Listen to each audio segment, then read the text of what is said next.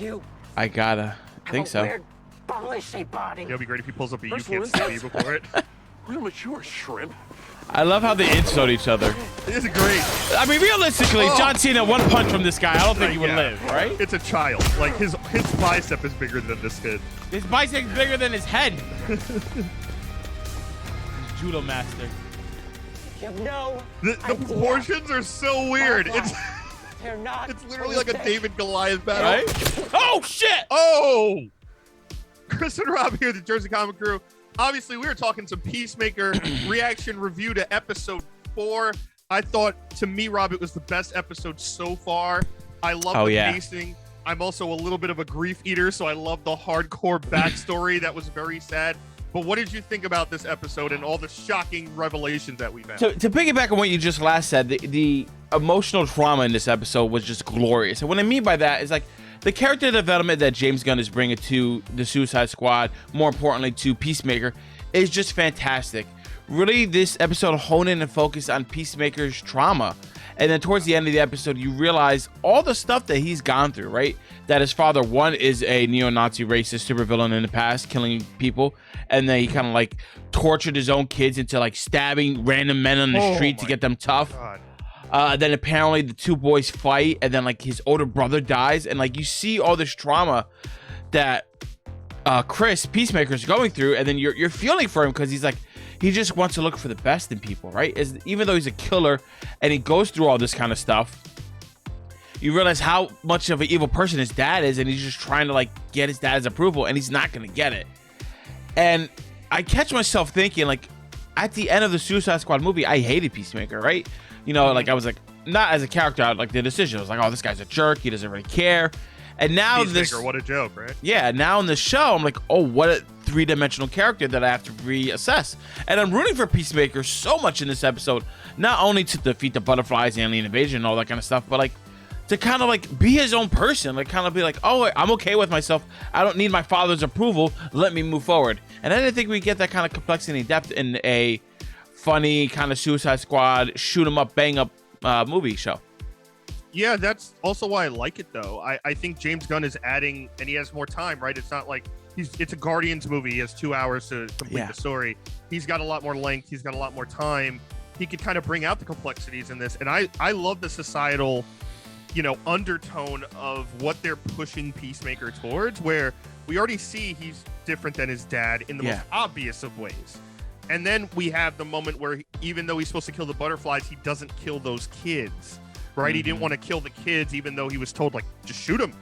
So that is already a difference. And we see that the Rick Flag stuff is still kind of PTSDing in his head. Oh, yeah.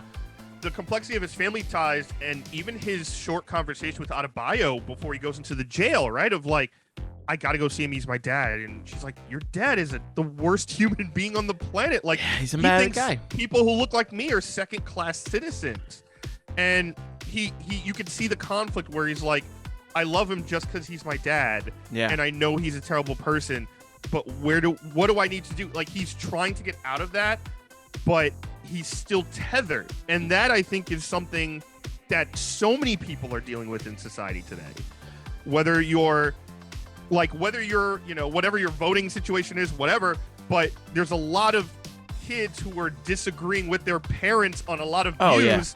And especially in the last 2 years, how is that affecting your life now? And how do you get away from that so you can kind of be able to sleep at night with yourself? And I think we're kind of seeing that in a obviously a comedical way, in a funnier way. But I thought that scene with him and his dad in jail, where his dad's just like, I never loved you, like, it's very clear cut, right? Yeah, there's no ambiguity there anymore. Yeah, like, it was all about your brother, blah, blah, blah. And you're just like, damn. And even then, he's still like, well, maybe I'm someone it takes a while to love. You have to warm up to. And yeah, like, he's just trying for anything. And I felt so bad for him because, like, so many people just fall into that unfortunate trap with their, parents, depending if they're, terrible people. Hopefully nothing like that. But I thought that was a very powerful scene mixed in with some absolutely hilarious moments as well. You brought up Adebayo, and I'm so glad that you did, because after watching this episode, we see that she obviously manipulated Vigilante to go in there to try to kill the White Dragon, Peacemaker's father. But like, which I was okay with. Yeah, I was okay with, but like sitting back and realizing all the stuff with Adebayo, I'm realizing that like her specialty has to be manipulating others, right? It has to be like getting these people around her to trust her, because Amanda Waller, I don't think, trusts everybody on that team for whatever the reason may be. So Adebayo has to pretend she's never killed a person, right? She has to pretend like she has no resume, so that way she get those people around her to trust her, make her think that like, oh, she can't do anything. Hey, let me teach you, and they build this relationship, right? Her with Hardcore, right? That relationship, she's like, oh, you never killed anybody, never shot anybody. But then when Peacemaker is fighting Judo Master, like we saw in the clip earlier this episode, point blank shot right in the middle of the chest, like clean, and she was holding the gun. I'm like, okay, you obviously done this before. And like the emotion that was following afterwards, it's like, that doesn't seem genuine as much as it might be. It seems like she's putting on a show like, I never killed anybody, I never shot anybody, I don't know what's going on. And then like after that conversation, her looking at John and then walking away, it seems like she's keeping tabs on everybody while also pretending to be, you know, incompetent. That's an interesting take. I didn't even think about that. That's really good, because my aspect of it is a little bit of what we talked about last week with her, where I still don't necessarily think she has any idea what she's doing. And I think that's the point. I think Amanda Waller's daughter is so starkly different from Amanda Waller that this kind of suits her, because she's just good at getting people to trust her, because she's like the everyman in the situation. Maybe. And, you know, people like Harcourt, who have been in this like terrible field of work, kind of like see the past in them, or see how they used to be as a good person kind of thing before they were just corrupted by Argus and shooting people in the head. So I think her strength is still like, I'm just really good at getting people to trust me, and maybe manipulation, and maybe just finding out information. Like, you know how certain people, you know, are just like, people just tell them things, they just have that like energy about them, like where it's like some people always just talk about their lives to this person for some reason. I think she's just one of those, and obviously Amanda Waller's this hardcore, like heavy-handed person. That could still be on the table, but I like what you were saying there, because that is a question, right? She shot him point blank in the chest. Could it be dumb luck? Absolutely. Could it be like she's been faking it this whole time and is actually a trained killer? Possibly. But I'm still on the side that it's like dumb luck right now. I think kind of her feelings are still genuine, and she's like kind of like a fish out of water. She's almost like, I have no idea what I'm doing. I'm just trying to do this a day at a time. One thing I did want to touch upon before we end or wrap up, the old man Batman conversation was so good. And like, this just talks again about like how good James Gunn is at writing comedy. Like, the old man is just saying, you're really a superhero? Who are your bad guys? Batman has the Joker, Riddler. Who's your rogues gallery? Who's your rogues gallery? He's like, they're all fucking dead. And he just loses his mind on them. And he's like, I was just trying to start a conversation.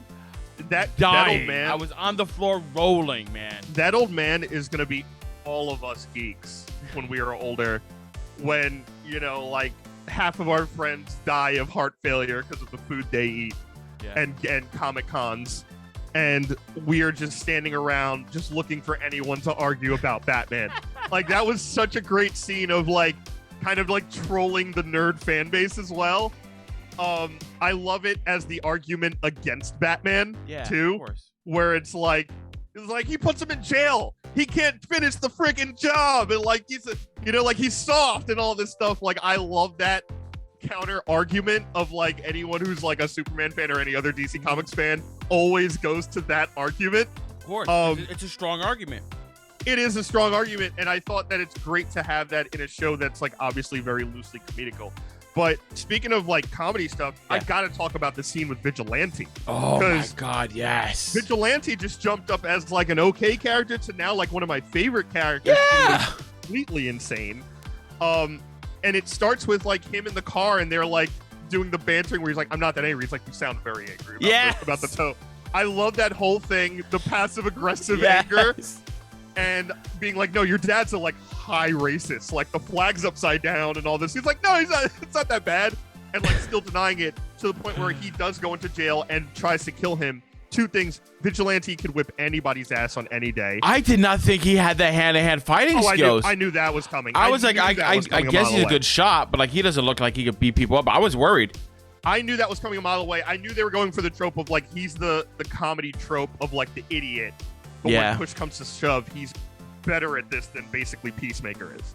So like I thought that was brilliant. The absolute where he, like best part of this episode is where he sits down in front of all like the neo-Nazis and is just like, let's play a game. He's like, what's your favorite contribution black people did? Let's go. I say rock and roll is mine. And as a half black person raised by a black parent, I was like, what are you doing, man? Like I was like just shaking in fear of like, why are you doing this? And then he starts going into rock and roll and like Leonard Skinner 38 Special, and he's like, oh, but they stole everything from blues, jazz musicians. And then he just goes into it. He demolishes them with ease. Might have been honestly one of the best fighting scenes I've seen DC do in anything lately. It might have. It was really good. I think I was just overtaken by the pure comedy aspect of it. But it was, if you watch it again, I suggest watching it again because it's really well done. Like the choreography is quick, it's tight, it's brutal. He's like cracking elbows and everything. Like it's basically what I wish like Snyder did with Batman. Oh well. But like I thought that aspect of it, and then he comes out and gets picked up and he's like really emotional about it and sad. It's basically like a kid, like a 12-year-old kid who it's like if Billy Batson knew judo, right? Like he's just he can't process fully at an adult level. But I just love it. I hope we see more of him because he's a great character too. Guys, it's safe to say that we really love this episode, and I know you're wondering, what about what Judo Master was about to say, and what about that ending scene about Clemson Murr, what's really behind him? Don't worry, guys, we're gonna have a whole separate video focused on that, so that way we can do a little deep dive and talk to you guys about that. But we want to know your comments down below, what you thought of this latest episode of the Peacemaker episode 4, the Cho Less Travel. Let us know down below. And guys, thanks so much for watching. Give us a thumbs up, like, really helps the channel out a lot. If you're new, subscribe, turn the notifications, don't miss any more of our Peacemaker talk. And thank you so much. Our last video did so well. We are so grateful to you guys. Keep it up in the comments, your likes, your subscriptions. And if you missed anything, check it out here on the channel. And as always, I'm Chris Hellard. That's Rob Moran. We're the Jersey Comic Crew. And we'll see you next time.